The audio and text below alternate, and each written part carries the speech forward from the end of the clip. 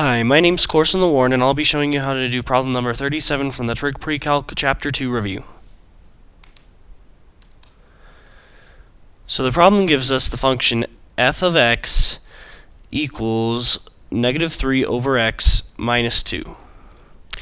And it asks us to identify the vertical asymptotes, the horizontal asymptotes, and the domain and range of the function. So in order to do that, we have to do math.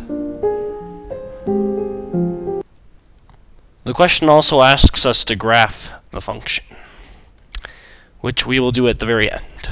So let's break this problem down. First, we'll identify the vertical asymptotes and the horizontal asymptotes. So, for the equation f of x equals negative 3 over x minus 2, to find the vertical asymptote, we're going to have to take the x part of the equation, and for the denominator, we have to solve it to equal 0. So, since the denominator is just x, that means x equals 0. So the vertical asymptote is going to be x equals 0. And the horizontal asymptote is our second part of the equation, is negative 2, so that means y equals negative 2 is our horizontal asymptote. So now let's find the domain of the graph, or the equation, rather.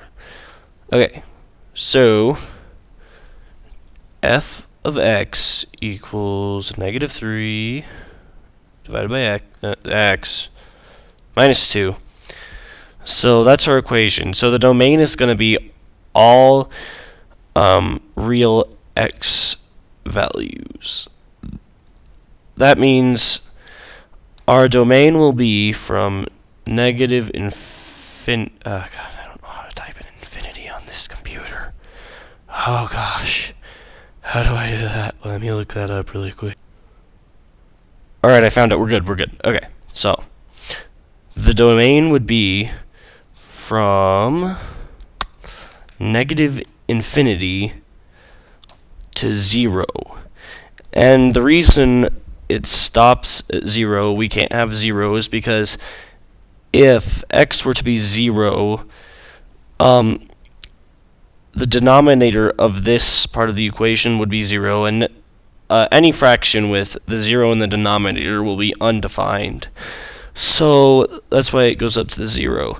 So negative infinity to 0, and then, so not including 0, and then from 0 to positive infinity. Sounds good. Alright, now let's find the range. So the range for f of x equals negative 3 over x minus 2, our range would be all real y values.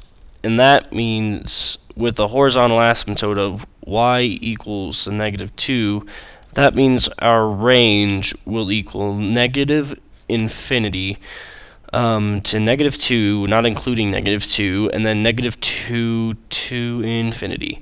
And the reason why we can't have negative 2 in this be an answer to this equation is because there's no way to get this fraction part with the x in it. There's no way to get it to equal 0, because a number divided by another number can never equal 0 unless the numerator is 0, in which case it is not.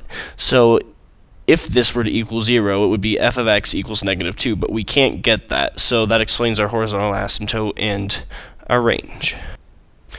Alright, lastly, we're going to graph the function. So, I have made a graph with our horizontal asymptote and our vertical asymptote at x equals 0 and y equals negative 2. So, when we graph this, it should look like this.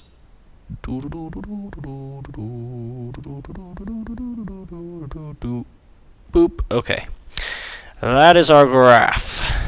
As you can see, it goes from negative infinity all the way to 0, and then from 0 to infinity on our x-axis being our domain, and then our range goes from negative infinity up to -2, and then from -2 all the way up into infinity, explaining our range. So our answer would end up looking like this.